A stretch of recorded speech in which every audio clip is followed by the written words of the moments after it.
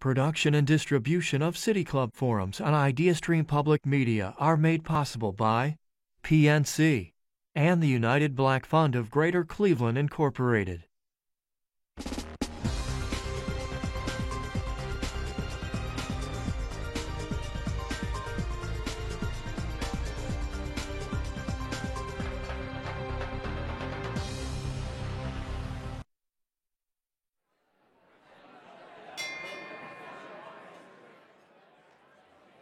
Good afternoon. Good afternoon.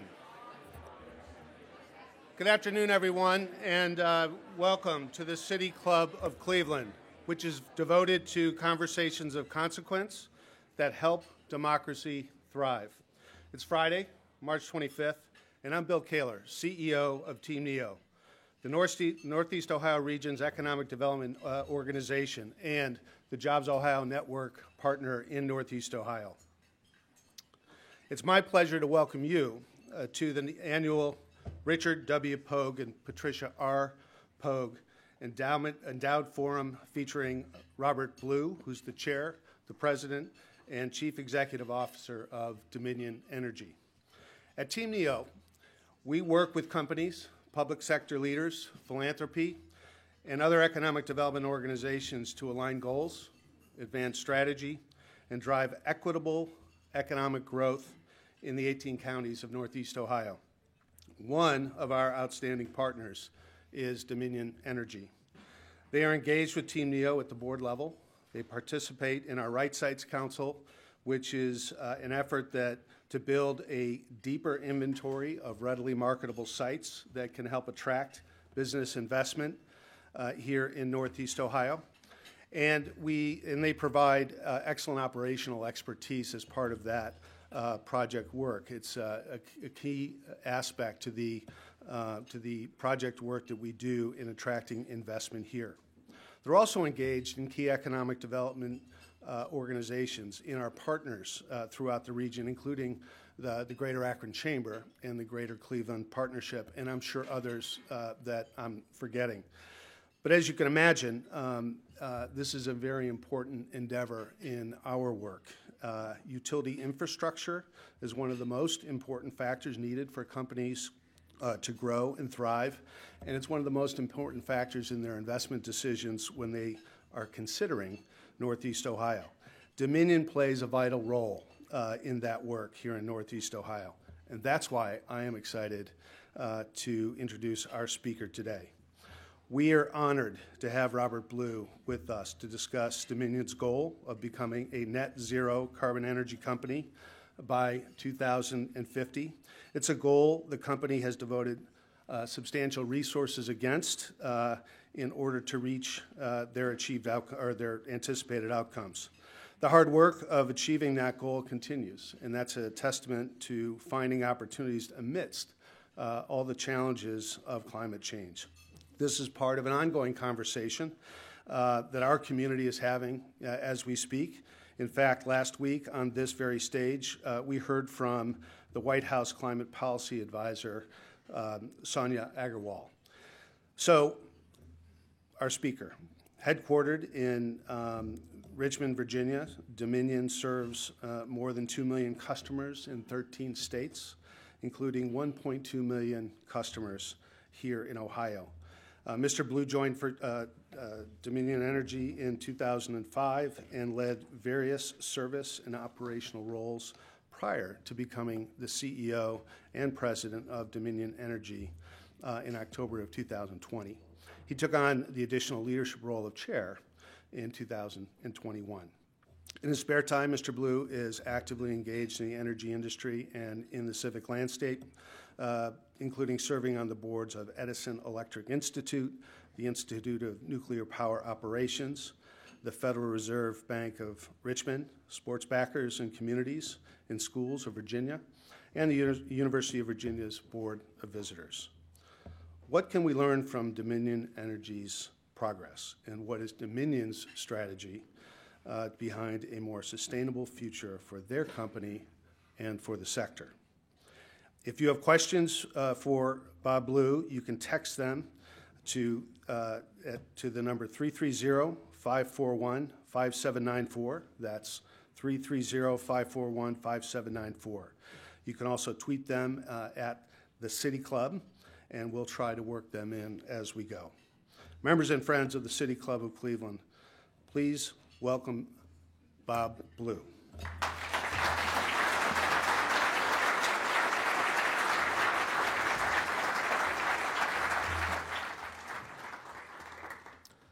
Well, thank you, Bill, for that kind introduction. I'm honored to be here. I'm honored and I'm a little bit daunted, actually, for three reasons. One is, just before I walked up here, Bill leaned over to me and said, "Presidents and kings, that's who's been on that stage before you." The second is, if any of you all do post anything on social media, there's some chance my kids might find out. That's the only way I communicate with them, and that might be embarrassing for me. But perhaps the most daunting reason is that I'm speaking at the Richard and Patricia Pogue Forum, and Mr. Pogue is here watching. Mr. Pogue, my colleagues who are here from Dominion Energy may tell you that I introduced myself as a recovering lawyer. And I guess I'm kind of embarrassed saying that to you. I know you haven't started recovering yet, but it's pretty good, I've got to tell you. So I'm a little bit daunted, but I look forward to offering some perspectives on a remarkable energy transition underway in this country and across the world. Let me start by acknowledging the news, the deeply troubling headlines and pictures we've all been watching out of Ukraine. In the energy sector, we tend to mark time in geologic terms, planning and investing not just on 10 and 15-year time horizons, but making decisions that shape our society for decades to come.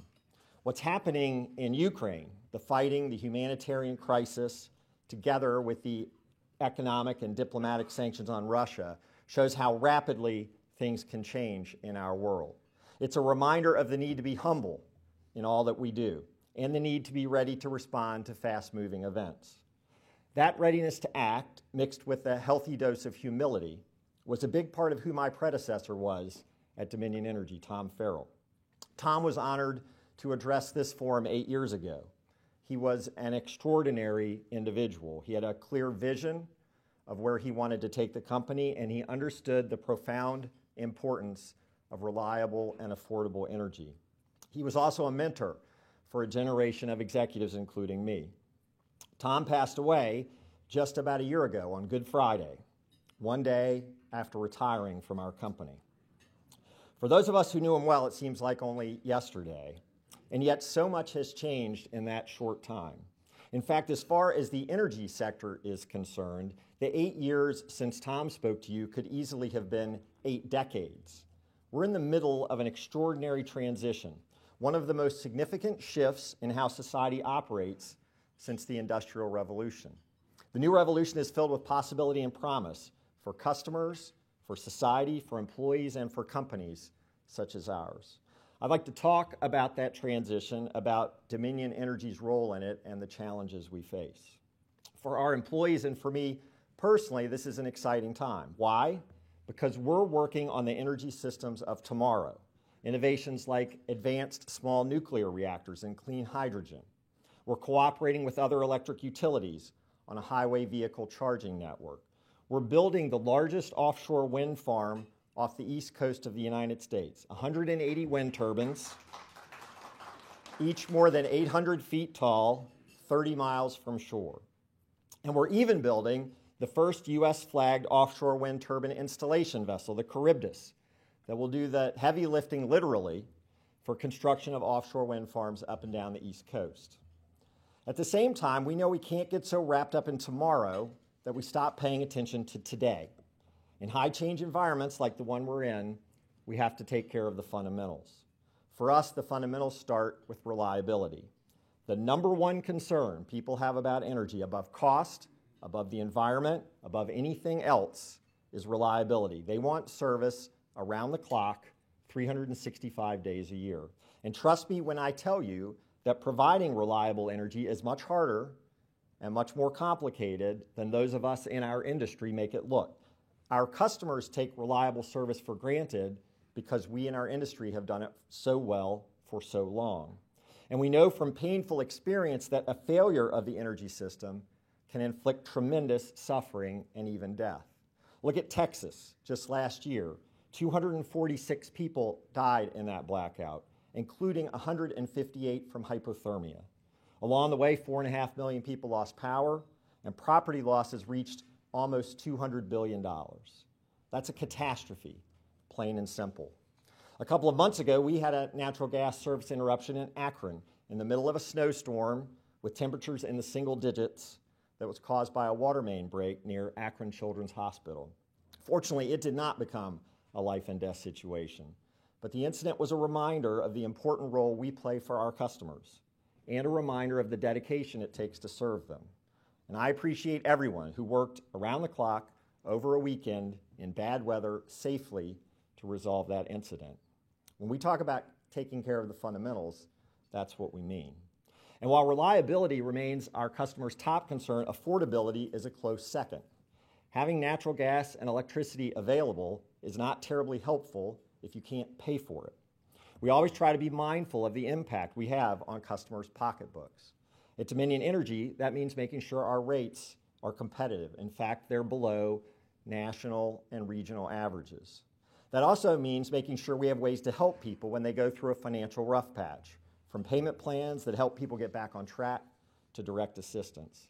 That became especially important during the pandemic, which is why we took a number of steps beginning in the spring of 2020 to bolster assistance to customers who found themselves in crisis. That included suspending service disconnections for non-payment and increasing support for energy assistance, among other things. Reliability and affordability, those are fundamentals. These days, I would add a third, sustainability. Our vision is to become the most sustainable energy company in America. Being sustainable means taking care of the world around us. It also means acting in ways that serve multiple constituencies, customers, shareholders, employees, and the communities where we live and work. We see ourselves as part of the broader social fabric. We're honored and humbled to support the work of Ohio groups supported on community support and social justice, such as the Urban League of Greater Cleveland, the United Black Fund of Greater Cleveland, and the Women of Color Foundation, and Birthing Beautiful Communities, which supports pregnant women facing the highest risk of infant mortality. One initiative that came out of the unrest over racial inequality in 2020 is something we call the HBCU Promise, a $25 million commitment to historically black colleges and universities.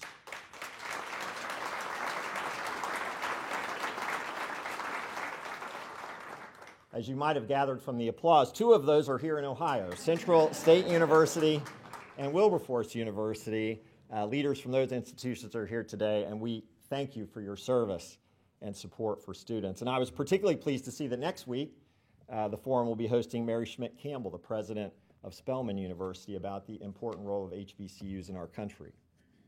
Now, about this energy transition, I should make clear that the transition underway isn't likely to go away. It has momentum, and it will almost certainly accelerate in the months and years ahead. That is almost inevitable. I thought about describing it as inevitable, but as a longtime University of Virginia basketball fan here in the middle of March Madness, I recognize that little is inevitable, and if you don't know what I'm referring to, just Google UVA UMBC sometime.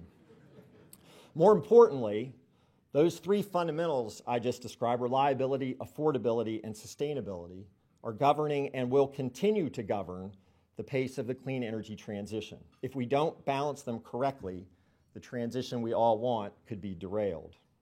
I'm sure you understand these fundamentals are interrelated, and there are trade-offs between them that we must be mindful of. Too much of a focus on achieving lowest cost risks eroding reliability, for example. Overinvestment in unproven energy sources in the name of sustainability could make energy unaffordable and potentially unreliable. So let's look a little more deeply at the way these three fundamentals, reliability, affordability, and sustainability, shape the clean energy transition. Motivating everyone, of course, is a concern about climate change and sustainability. Dominion Energy recognizes the threat climate change poses. Our company is committed to doing our part to address it. The UN recently provided a sobering warning. There's no time to waste. But it's not all gloom and doom. The truth is America is making progress. EPA figures show that from 2005 through 2019, which is as recent as the data gets, total greenhouse gas emissions fell more than 11%, even as our economy grew. During that period, more than 90% of all cuts in carbon emissions came from the energy sector. Everything else, government, transportation, industry, the housing sector, and so on, everything else contributed less than 10% to our country's progress on climate change. As a result of these efforts, the energy sector is no longer the leading source of greenhouse gas emissions in the country. Today, transportation holds that dubious distinction. What made these reductions possible? Remarkable technology breakthroughs with respect to natural gas and renewable energy. Breakthroughs that allowed our industry to begin decarbonizing affordably and reliably. New drilling techniques have greatly expanded the domestic supply of natural gas. The shale gale, as it's been called, was the subject of Tom Farrell's talk to you 8 years ago. As he said then, it enabled our country to throw off the shackles of energy scarcity and allowed for energy independence. But this natural gas revolution also enabled the power sector to shift away from coal for electricity generation. That shift is a major reason we've been able to cut carbon emissions so deeply. Coal used to make up about half of Dominion Energy's electric generation. Last year, it was 11% and falling. We've replaced much of that generation with natural gas. We're going to shut down most of our remaining coal-fired generation in Virginia and plan to do the same in South Carolina by 2030. Now, you may have heard critics say natural gas should have no role in the clean energy future. They say gas is an obstacle to the transition underway and we should rely entirely on renewables instead. Some even argue natural gas is just as bad for the climate as coal. Don't believe it. In 2019, the International Energy Agency issued a report on the role of gas in the energy transition. The IEA's conclusion?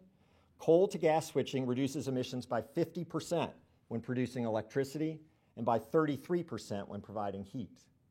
That's what progress looks like. In addition to natural gas, technology advancements in renewables are adding momentum to the energy revolution as well. Look at solar, which has seen dramatic cost reductions. According to the National Renewable Energy Laboratory, since 2010, the cost of residential solar has fallen 64%, and the cost of larger solar projects, like the ones our company builds, has fallen 82%. Those declines are largely driven by improving panel efficiency and more advanced hardware. During that same period, the past decade and change, improvements in materials, adhesives, and so on have made it possible to double the length of the typical wind turbine blade. Old fiberglass blades have given way to carbon fiber and much lighter substances. This dramatic increase in blade length, together with designs that are more efficient, translates into a significant increase in power generation.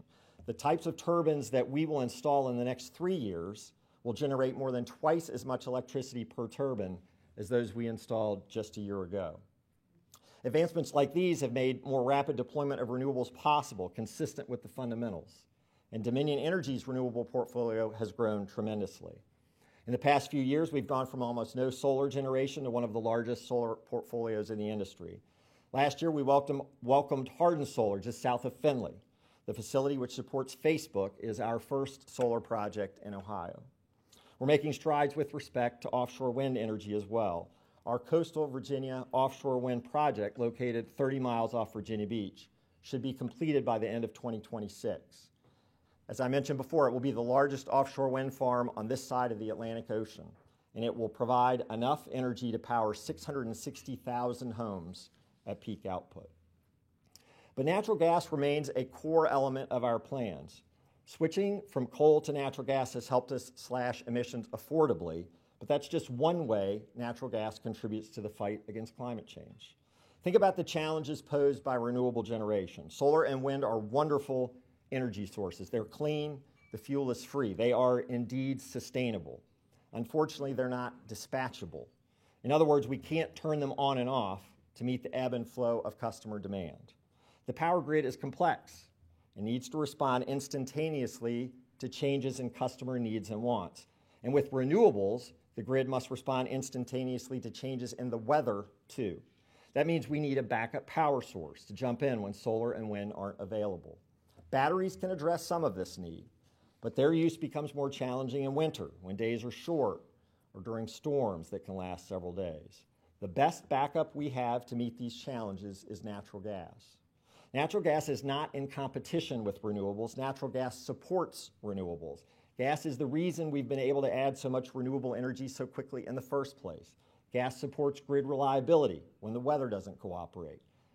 These are the major reasons natural gas will remain part of the clean energy future. Of course, here in Ohio, we're distributing gas to 1.2 million homes and businesses for heating and cooking, for manufacturing and other industrial processes. We know that customers in Ohio want natural gas, and we want to satisfy that demand even as we build a clean energy future. Our customers appreciate that gas is safe, affordable, reliable, and convenient. In this clean energy transition, one thing we've learned is that we must be thoughtful in local markets about striking the balance between gas and electricity. Going all electric doesn't necessarily mean greenhouse gas emissions fall. Independent analysis shows that in areas where an electric utility still relies on carbon-intensive fuels, expanding electrification can make carbon emissions worse. Here in Ohio, coal is the second largest source of electricity production. Your neighbor, West Virginia, produces 4 times as much electricity from coal as from any other source. In sum, keeping gas part of the energy mix is smart. Gas builds customer and community resiliency, and it's good for the environment. Natural gas is good economics, too. Here in Ohio, natural gas plays a huge role in the growing economy. From 2011 through mid-2020, capital investment related to just the Marcellus and Utica shale formations totaled $90+ billion, according to Cleveland State University. Our company provides natural gas to some of Ohio's largest industries. In 2020, for example, we placed in service NSG Glass North America's plant in Lucky, which makes specially coated glass for the solar panel industry. So I'd like you to pause for a moment and let that sink in. We're using natural gas to make solar panels. Once again, gas is not in competition with renewable energy. It's essential to renewable energy. In sum, cheaper and more abundant natural gas combined with cheaper and more reliable renewable energy have been critical to the balance that must be struck among reliability, affordability, and sustainability. We're also looking for ways to reduce emissions through investments in what is called renewable natural gas, or RNG. Some of you may be familiar with renewable natural gas. For those who aren't, it's fairly simple. Manure from pigs and cows creates methane. Instead of allowing that methane to enter the atmosphere, we capture it. We refine it into natural gas suitable for our customers' use. Methane is at least 25 times more potent a greenhouse gas than carbon.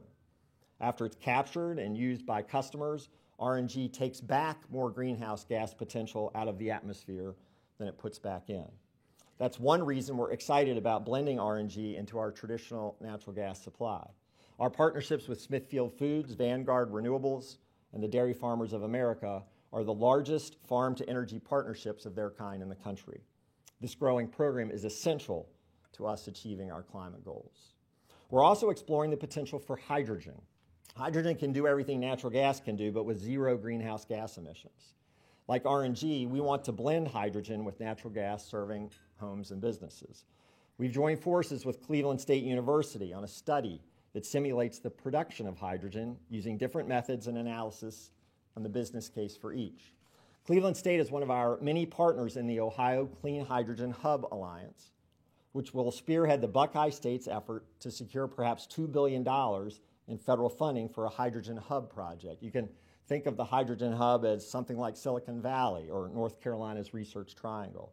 It's a way for hydrogen users in industry, transportation, and energy to work together to find ways to reduce emissions in every sector of the economy. This is a huge opportunity for Ohio's economy and environment, one with the potential for thousands of jobs and billions of dollars in public and private investment. We think Ohio is ideally suited to become a clean hydrogen hub. Ohio has tremendous natural gas resources and world-class research institutions. Moreover, hydrogen is already being put to use here. Another member of the alliance, the Stark Area Regional Transit Authority, operates one of the largest fleets of buses powered by hydrogen fuel cells in the country. I'm especially pleased to note that one of the Clean Hydrogen Hub Alliance's sponsors is the Gas Workers Union Local G555. I believe their president, Eddie Hall, and executive vice president, Paul Talbot, are here with us today. We're very grateful for their participation in the Alliance and the great work they do delivering clean, safe, and affordable natural gas to our customers. So natural gas and renewables are working hand in hand to allow the industry to decarbonize. The clean energy transition is well underway, and the need for action is acute. Why then, aside from my basketball skittishness, won't I declare it inevitable? Because if we fail to balance the fundamentals, there are clearly several ways this train can derail. First, within the natural gas business, we can make affordability and reliability our top priorities, but if we go too far, we may lose our focus on sustainability. Why does that matter? Because if we don't keep sustainability top of mind, regulators may step in with approaches that are not as good for our customers and do not mesh with the need for reliable service. Communities might choose to ban natural gas altogether, which could have disastrous consequences for the overall energy grid. If we can't decarbonize reliably, the entire effort will fall apart. That's why at our company, we made a commitment some years ago to focus specifically on the sustainability of our natural gas business. We expect to decrease methane emissions from our natural gas infrastructure 65% by 2030 and 80% by 2040. Here in Ohio, we're reducing emissions by weatherizing homes, investing in energy-efficient appliances, and replacing more than 5,500 miles of our 23,000-mile natural gas pipeline system. Over the last 13 years, in fact, Dominion Energy has invested more than $4 billion in infrastructure in Ohio. Taken together, these investments are making a difference. In one recent year, we increased methane savings on our Ohio pipeline system by 24%. Now, our company is not alone when it comes to investing in the clean energy revolution. But I will note that not every participant in the natural gas industry has embraced sustainability in the way they should. If they continue to drag their feet, our whole industry runs the risk of seeing regulations that won't serve our customers well in the long run. Now, failure to focus on sustainability is not the only potential risk. An outsized focus on affordability, particularly in an inflationary period like we're experiencing today, could lead to short-term decisions that result in bad long-term outcomes. Energy is capital intensive. Our own company plans to invest $73 billion in climate-focused capital through 2035. We don't yet see inflation as a long-term issue, and we're always mindful of the impact on our customers. But looking broadly, one concern is that inflation might prompt regulators with good intentions to slow essential projects out of worry over customer bills. That would be short-sighted. These projects take years to plan and execute. Even seemingly short delays could add to long-term costs while delaying benefits. One important plus that we shouldn't lose sight of, that projects we have underway will eventually help reduce customer bills over time. The clean energy transition could also be derailed by what I would call our country's infrastructure problem, leading to underinvestment in both reliability and sustainability. Well-intentioned environmental laws and regulations have made it extraordinarily difficult for companies like ours to build significant new projects. Let me give you one example. Back in 2011, we identified the need for a transmission line near Williamsburg, Virginia. The Surrey Skiffs line, it's called. Getting Surrey Skiffs approved meant multiple lengthy permitting processes involving more than a dozen federal, state, and local agencies. Many thousands of work hours and many millions of dollars added to the cost. We finally placed the line in service in 2019, after 8 years. The story doesn't stop there, unfortunately. Due to extended litigation, additional regulatory reviews continue today, 3 years after the line was energized. The decade-plus permitting process has created approximately 20,000 documents, and it is still not completed. And this for a transmission line less than 8 miles long, a transmission line that we needed in order to close a coal-fired power plant. If you multiply that by all the projects that will be needed for the clean energy transition, you can see how certain regulatory conditions pose serious challenges. And if you think I'm exaggerating about the scope of the problem, ask officials at the University of California at Berkeley, one of our nation's premier public universities. Earlier this year, a court froze Berkeley's enrollment at last year's levels because of the impact of additional students on the environment. But for the intervention of the California State Legislature, the school would have been forced to rescind admission to potentially thousands of students. The future leaders we're relying on to confront the challenges facing our country and the world. Can you imagine anything more short-sighted? Fundamentally, we need to acknowledge our infrastructure problem lest it derail much of what we need to do. Now, let me be clear. I'm not saying we're against regulation. We aren't. I'm not saying we don't want to be held accountable. We do. I'm not saying infrastructure projects don't need a thorough examination to protect the environment and the communities we serve. They do. I'm simply saying the science on climate change is clear. We don't have time to squander, so we should use our time well. What would that involve? It would involve ensuring that all agencies and all stakeholders adhere to a public and well-defined schedule, a schedule that allows for concurrent reviews rather than sequential reviews. That alone would be extremely valuable. Using our time well would mean recognizing that each entity involved in the process has different expertise and different responsibilities. Clear communication about the scope of each review and information required would also be valuable. Using our time well would mean a streamlined effort among the host of local, state, and federal agencies conducting environmental reviews. The average time for completion of a review under the National Environmental Policy Act is now about 4.5 years per project. Again, let me emphasize, this does not mean we want no review. It does not mean we want a cursory review. We want a thorough review, but one that has a defined beginning and a defined end so that we can move forward smartly in the direction we all want to go. Finally, the clean energy transition could be derailed by the partisan divide. In essence, we could allow our partisan beliefs to trump any focus on the fundamentals of reliability, affordability, and sustainability.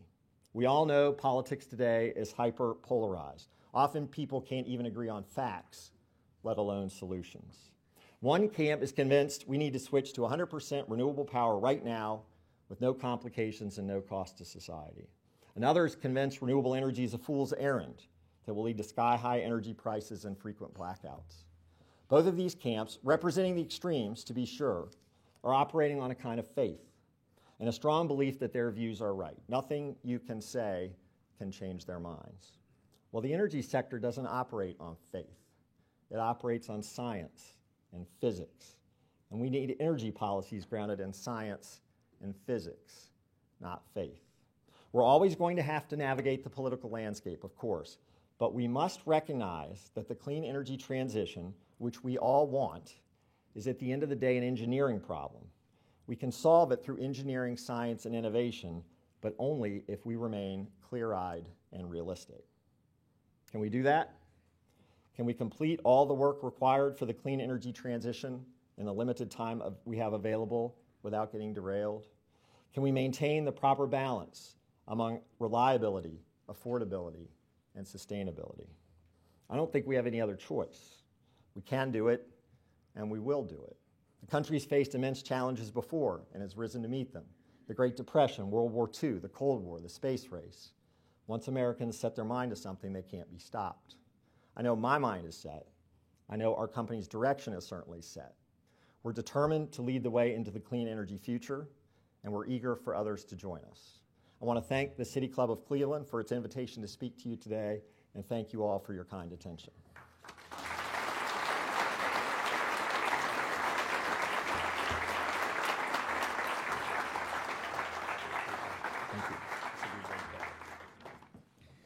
Hello, I'm Dan Malthrop with the City Club of Cleveland. We're about to begin the audience Q&A. We welcome questions from everyone, City Club members, guests, and those of you joining us via our live stream or our radio broadcast on 90.3 IdeaStream Public Media. If you'd like to tweet a question, you can tweet it at the City Club. You can also text your question to 330-541-5794. That number again is 330-541-5794. We will work it into the program. May we have our first question, please? Thanks for your remarks. I wonder how nuclear fits into your portfolio, and also what types of energy storage technologies are you looking at other than batteries? So I'll start with nuclear. Dominion Energy operates a fleet of nuclear units today in Virginia, in South Carolina, and in Connecticut.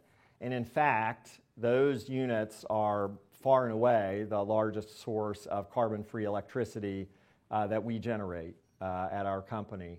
And so when we think about nuclear, we start with needing to make sure that those plants continue to exist for some time in the future.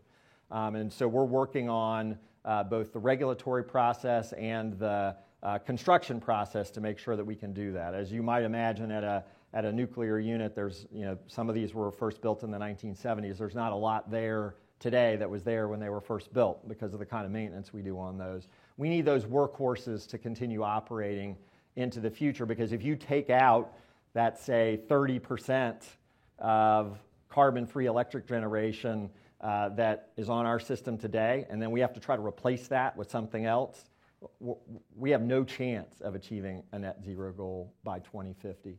Beyond that, as I talked about the fact that renewables are not, as I said, dispatchable, that means that the solar works when the sun is shining and wind works when the wind is blowing. Nuclear runs all the time.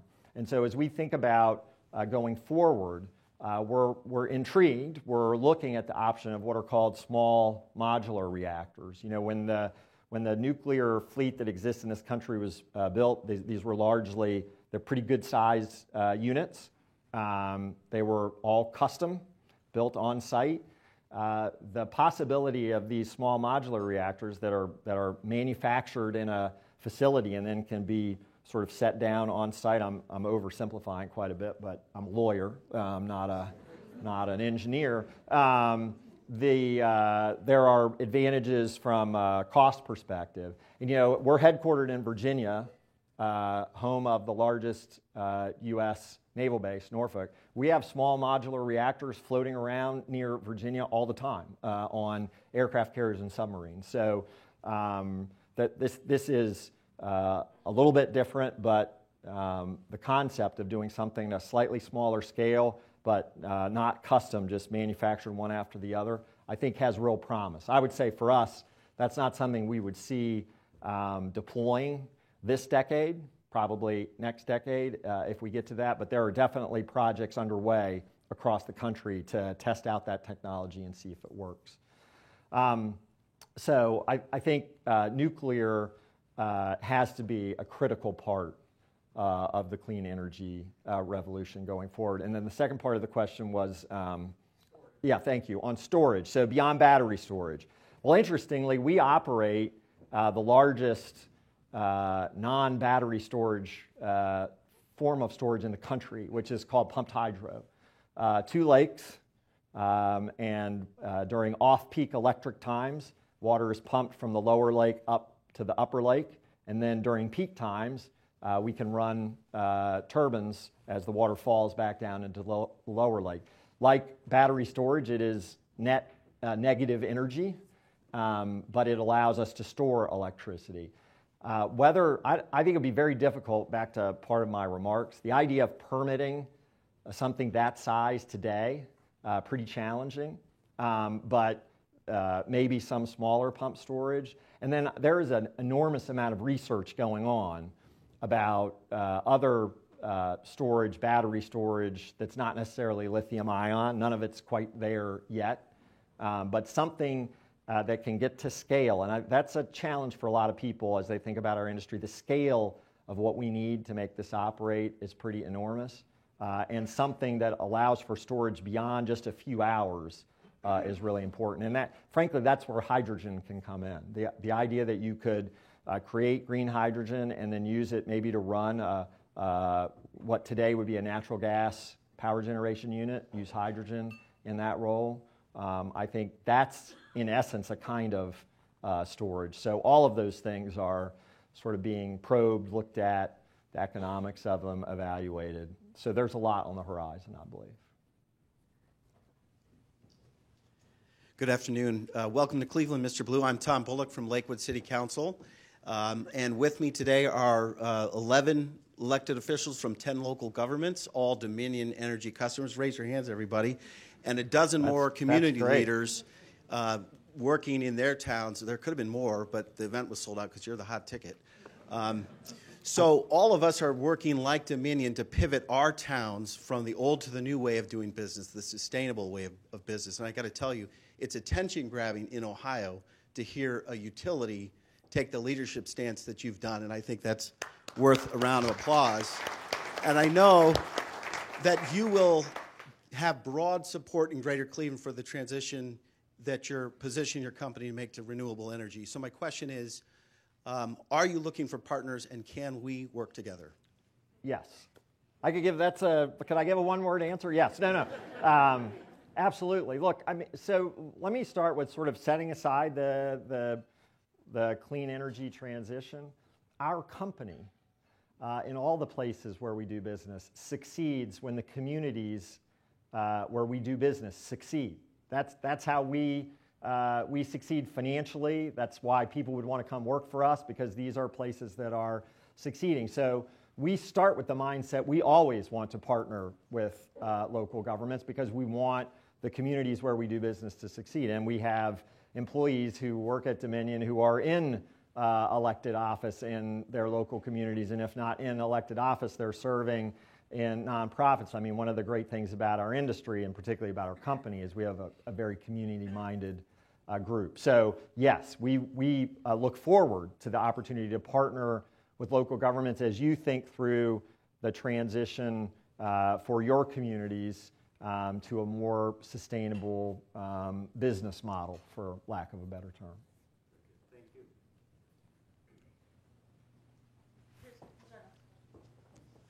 Good afternoon, and thank you for your remarks. The question I have is that low-income communities spend about 4 times more than non-low-income communities as it relates to energy. So has Dominion thought about how they plan to work with local governments, and then what would be your approach to addressing that disproportionality to energy efficient spending? Yeah, so it's a great question. I mentioned a little bit in my remarks, when the pandemic started, for example, we immediately suspended disconnections for non-payment in all of our businesses. Now, we can't operate that way forever. That is not sustainable. But we work very hard to make sure that we're working with customers, some of whom are going through a challenging period, and we can maybe get them on a payment plan, some who have maybe longer term issues, and we can help get energy assistance.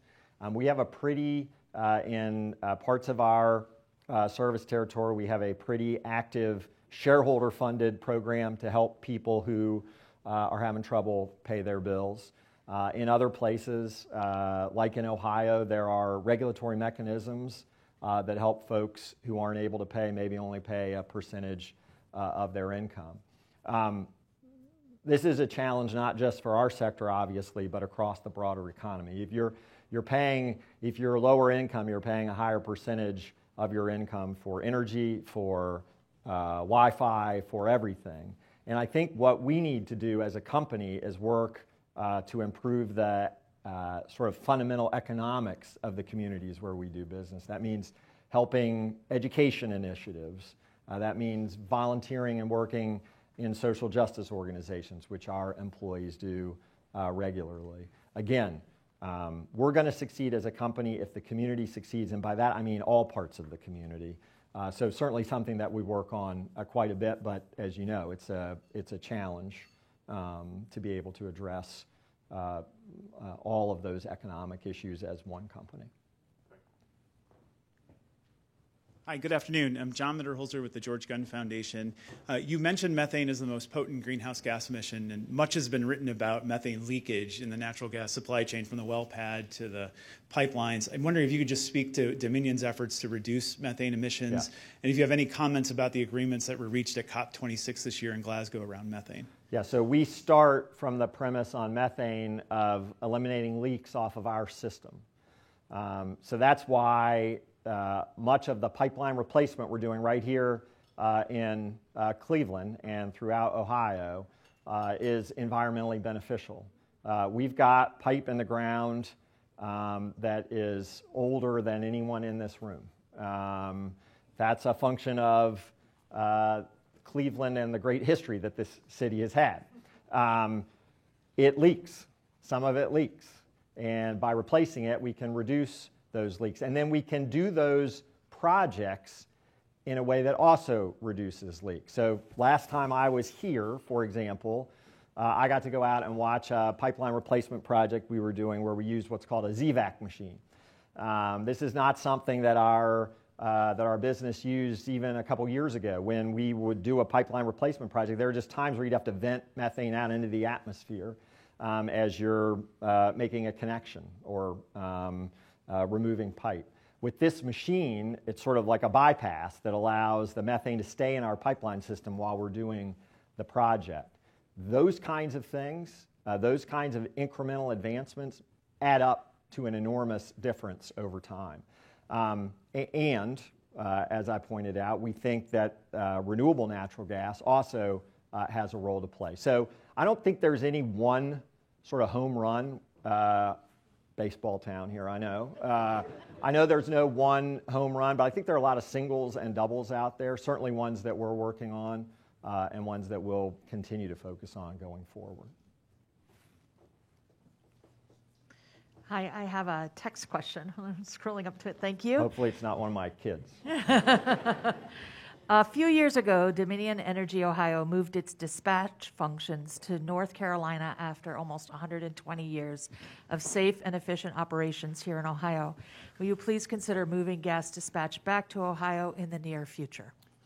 Yeah, so look, these kinds of questions, we're a multi-state business. And as I mentioned, we focus on affordability, reliability, sustainability. Our customers and the people who own our company expect us to be as efficient as we possibly can. And if we're able to move operations, consolidate in some instances in order to be more efficient, those are things that we look at. We don't take those decisions lightly, ever, whenever we're talking about moving jobs. And it's not something that we do commonly, but it is something that we do because we are focused on providing the best customer service. We're focused on being as efficient as we can, and we're also focused on making sure that our employees have a good place to work. As we balance those things, we make decisions sometimes that certain groups are not happy about. I understand that, but we think it's in the best interest of our customers long term.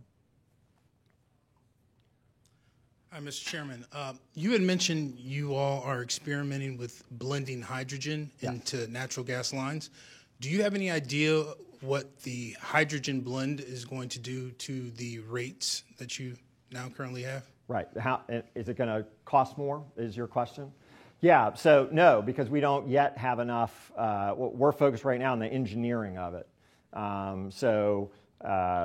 Hydrogen burns hotter than methane does. So as you blend hydrogen in, you need to make sure that you do it in a way that works for people's appliances, whatever vintage they may be. So that's been our focus so far, is sort of on that engineering issue. As we move forward and we figure out what our source of hydrogen may be, we'd have a better understanding of the effect on customer bills. But again, it will go back to balancing, as I mentioned, these fundamentals.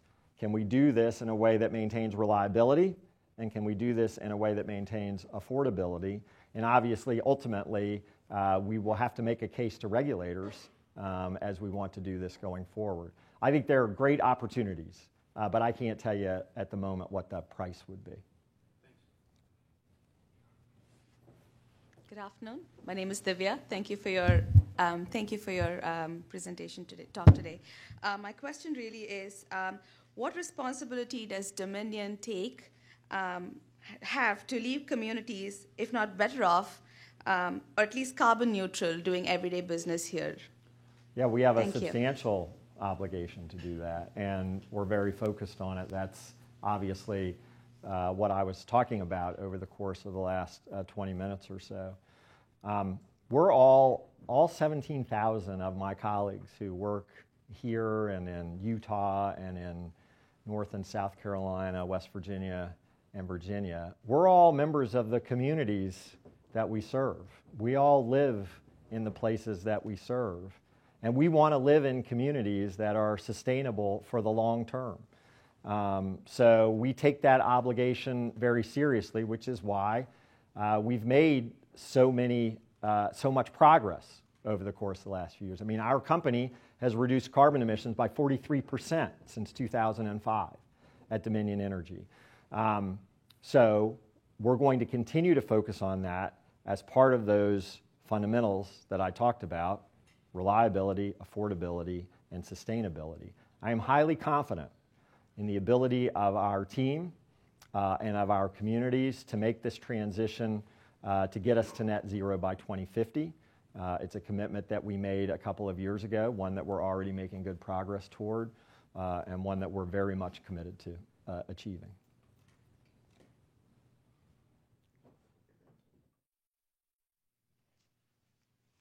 My name is Patrick O'Connor from the Rocky River Green Team. Mr. Blue, thank you for making the time to come to Cleveland and share your story.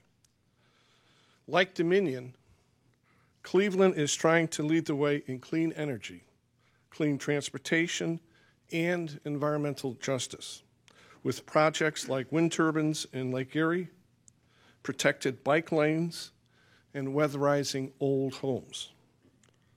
What can we learn from you? And do you see ways we can team up? Thank you. The answer to the second part of the question is absolutely. I think we can learn from each other is maybe the way I would describe it. We have a very strong team of engineers who have focused on these kinds of projects for some time. So we're doing an offshore wind, as I mentioned, an offshore wind project. We're building a vessel, which I don't think I would have predicted a few years ago that we'd be in the shipbuilding business. Interestingly, the head of that business unit used to be in the Navy, and he always told me that he's always wanted to get a boat, but his wife would never allow it. And I called him and said, I think I've got a solution to your problem. So what I would say, maybe, that's a little lighthearted way to say, is that we all need to keep about thinking differently, maybe the ways that we didn't think just a few years ago. And again, this is not unique to our company. Our industry is very focused on this across the board, both electric and gas. We recognize that we need to become more sustainable. The constituents of the local government officials in this room are asking for it. Our customers are asking for it.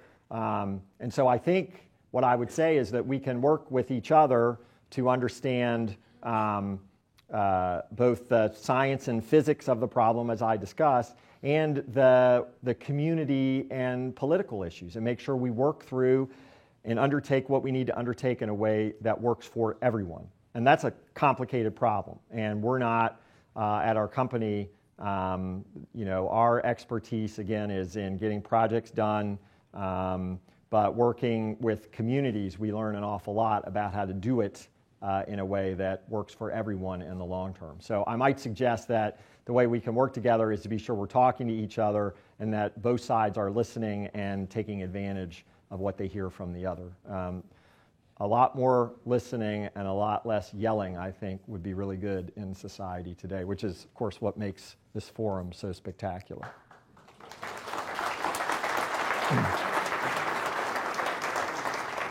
Mr. Blue, thanks for your presentation. What should state legislatures in particular do to promote the transition to the sustainable energy future you aspire to? Yes, I mean, every state's going to do this a little bit differently, I think, and that's fine. So some states will set very aggressive targets for their companies that they have to meet. Other states will look for more market-based approaches. And every state has to recognize, again, sort of the political environment that they're in. So I don't believe that there is a one-size-fits-all solution here. And no one would care if I did think there was a one-size-fits-all solution. They're going to respond to their own constituent wants and needs. But I guess what I would say, back to my remarks, is the more that all of us can focus on science and physics and not faith in one extreme or another, the better the policies are going to be as we move forward with this transition.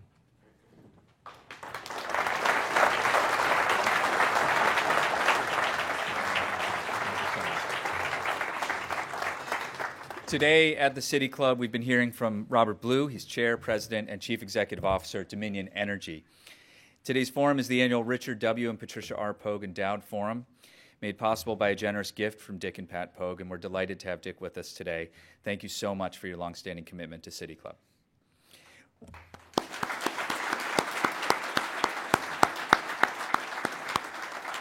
We would also like to welcome guests at tables hosted by Dominion Energy Community Partners, Dominion Energy Ohio, Don Wartco Construction, Doxum, and McDonald Hopkins, Northeast Ohio Local Government Clean Energy Caucus, and Taft Law. Thank all of you for being with us today.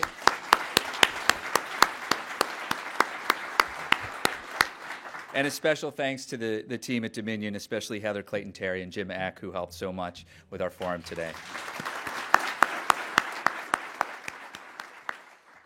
Also, by the way, as you may have heard, our partners at IdeaStream Public Media are moving their news and information programming from 90.3 FM to 89.7 WKSU. So starting next Friday, April 1st, when we hear from the president of Spelman, you will find our live Friday Forum broadcast on 89.7 FM and starting 30 minutes earlier at 12 noon. We're grateful to our partners at IdeaStream Public Media for sharing in our 94-year commitment to live forum broadcasts, and we really appreciate that. You can learn more about that change at cityclub.org. That brings us to the end of our forum. Thank you so much for being here. Thanks for being a part of this today. I'm Dan Moulthrop. Have a great weekend.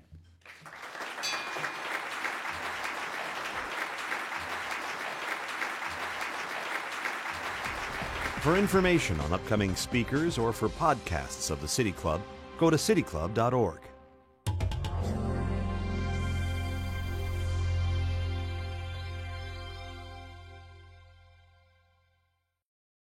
Production and distribution of City Club forums on IdeaStream Public Media are made possible by PNC and the United Black Fund of Greater Cleveland, Incorporated.